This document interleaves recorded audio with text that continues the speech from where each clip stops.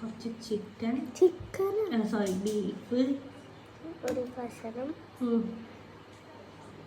ഉള്ളി,